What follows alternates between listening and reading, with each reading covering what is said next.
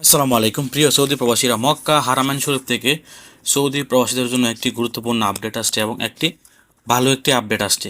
আমরা যারা মক্কায় উমরা করতে চাই, মক্কার হারামাইন শরীফে, আমরা কিন্তু আমাদের সাথে যে একটি ব্যাগ থাকে এটা কিন্তু আমরা রাখার কোনো জায়গা পাই না। এই ব্যাগটি নিয়ে আমরা অনেক সময় জামালার মধ্যে পড়ি। এখন থেকে মক্কায় লকার সিস্টেম চালু করা হয়েছে, আপনারা ফ্রিতেই আপনাদের সামান ওই লকারের মধ্যে রাখতে পারবেন এবং এই সামানগুলো রাখতে হলে আপনাদেরকে বেশ কয়েকটি শর্ত কিন্তু মানতে হবে। তো মক্কায় গিয়ে যারা হোটেল নিয়ে নেন তারা তো সামান হোটেলেই রাখতে পারেন, তাদের হাতের যে ব্যাগগুলো থাকে ওইগুলো তারা হোটেলেই রাখতে পারেন। কিন্তু যারা হোটেল নেন না, যারা 1-2 ঘন্টার জন্য শুধুমাত্র মক্কায় যান, উমরাটি শেষ করে সাথে সাথে চলে আসেন, আপনারা হোটেল নেন না, আপনাদের জামা কাপড় রাখার জন্য কিন্তু আপনাদেরকে অনেক কষ্ট করতে হয়। আপনারা কিন্তু এগুলো নিয়ে অনেক সমস্যার মধ্যে পড়ে যান। এখন থেকে আপনাদেরকে আর সমস্যার মধ্যে পড়তে হবে না। আপনারা ফ্রিতেই লকার সিস্টেম পেয়ে যাবেন, ওই লকারের মধ্যে আপনারা আপনাদের সামানগুলা রাখতে পারবেন।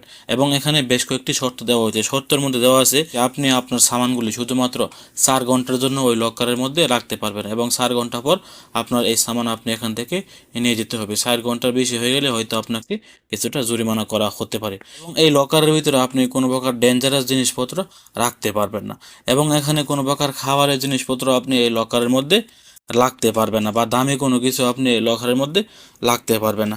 আপনার ব্যাগের ওজন হতে হবে 7 কেজি।